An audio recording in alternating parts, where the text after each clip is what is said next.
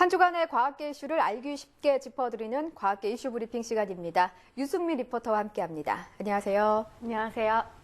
네, 오늘은 먼저 조울증에 대해서 알아보겠습니다. 한동안 활기가 차고 의욕이 넘치다가도 급격하게 우울해지는 이 난치성 정신질환을 말하는데요. 조울증을 일으키는 원인 유전자를 재미 한인과학자가 발견했다고요? 네, 조울증은 감정이 격양되고 기분이 좋은 상태가 유지되는 조증과 또 기분이 가라앉아 있는 이 울증이 교대로 나타나 양극성 장애라고 불립니다. 네, 병이 심해지면 사소한 일에 폭력을 휘두르거나 자살 충동, 또 피해 망상에 시달리는 중증 질환이지만 명확한 원인은 아직 밝혀지지 않았습니다.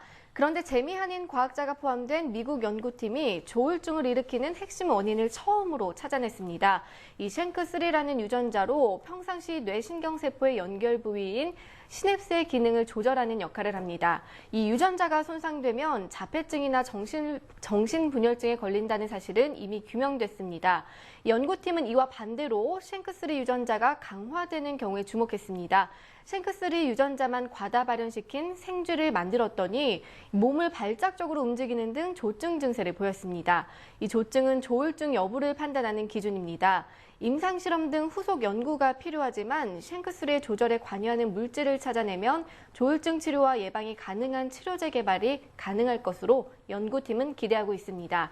이번 연구 결과는 과학저널 네이처 최근호에 실렸습니다. 네, 그렇군요.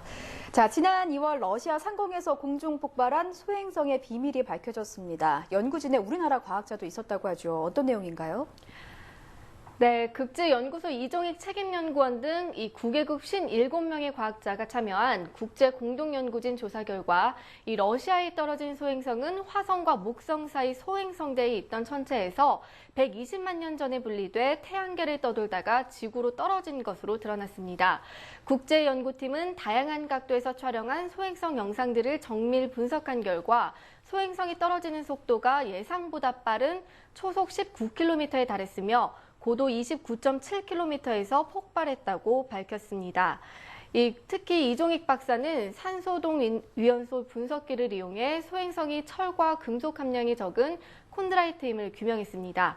이번 연구 결과는 세계적인 학술지인 네이처와 또 사이언스의 최신호에 게재됐습니다. 네, 그렇군요. 자, 유럽 우주청의 인공위성이 다음 주 초 지구로 추락할 것으로 보입니다. 사람이 위성 파편에 맞을 확률 어느 정도나 되는 건가요? 네, 추락 예정인 위성은 유럽 우주청이 지난 2009년 발사한 1톤 무게의 소형 인공위성 고체입니다.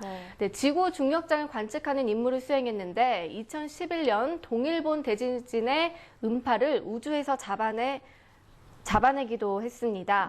네, 이 위성이 수명을 다해 서서히 추락하고 있습니다. 지표 200km 상공에서 지구 중력과 대기 마찰의 영향으로 매일 10에서 20km씩 고도가 낮아지고 있는 겁니다. 이런 속도라면 오는 10일부터 12일 사이 지구 대기권에 진입할 것으로 보입니다.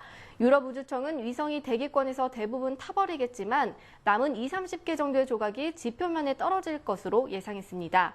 이 파편에 사람이 맞을 확률은 1조분의 1, 이 지구 전체 면적 대 71억 명의 사람을 빼곡히 세웠을 경우 차지하는 공간의 비를 구하고 또 파편 숫자를 고려해 확률을 계산한 겁니다. 사람이 번개를 맞을 확률의 13만 분의 1 수준입니다. 하지만 10kg에 달하는 조각이 땅에 부딪힐 때의 속도가 시속 400에서 500km에 달해 그 위력은 대형 포탄이 터질 때와 비슷할 것으로 보입니다. 이 때문에 정부는 위성을 집중 감시하며 그 상황을 실시간으로 국민에게 알릴 예정입니다. 네, 좀 큰 피해가 없었으면 합니다. 자, 다음 소식 알아볼게요. 아시아 코끼리의 기준 표본으로 삼았던 코끼리가 사실은 아프리카 코끼리였다고 하던데요. 이게 255년 만에 밝혀진 사실이라고 하죠. 네, 영국과 덴마크 공동연구팀은 스웨덴 국립자연사 박물관에 보관 중인 이 아시아 코끼리 기준 표본의 단백질을 추출해 분석한 결과 이 코끼리의 고향이 아시아가 아닌 아프리카임을 확인했다고 밝혔습니다. 이 코끼리는 지난 1758년 이 분류학의 아버지 칼폰 린네가 아시아 코끼리의 기준 표본으로 삼은 것으로 당시에도 표본의 코끼리 귀가 아프리카 코끼리를 닮았다는 의혹이 제기됐습니다. 기존 표본은 새로운 종임을 주장하는 증거가 되는 표본으로 알코올에 담가 생전 모습을 그대로 유지한 것부터 이 뼈대와 화석 등 다양한 형태로 존재합니다. 네, 이 미국에서 신종 슈퍼포식 공룡의 화석이 발견돼서 화제를 모았는데요. 공룡의 제왕, 티라노사우루스 렉스보다 먼저 살았던 공룡이라고 하죠. 네, 9,500만 년에서 이 7천만 년 전 지금의 미국 유타주 지역에서 지구 최대 포식 공룡으로 군림했던 이 몸 길이 9m의 거대한 신종 포식 공룡 화석이 발견됐다고 이 사이언스 데일리와 BBC 뉴스가 보도했습니다. 유타주 자연사 박물관 과학자들은 2009년 유타주 남부 그랜드 스테어케이스 국립공원에서 처음 발견한 공룡의 부분 화석들을 재구성한 결과 이 티라노사우루스 렉스보다 이른 시기에 살았던 새로운 공룡이 나타났다고 발표했습니다. 연구진은 남서부에서 발견된 엄니의 왕이라는 뜻의 이 리트로낙스 아르제스테스로 이름 붙인 이 공룡이 티라노사우루스 렉스보다 약간 작지만 같은 계통에 속한다고 밝혔습니다. 네, 뭐 이름이 좀 상당히 길고도 복잡하네요. 네. 한 주간의 과학계 이슈 짚어봤습니다. 유승민 리포터 수고했습니다. 감사합니다.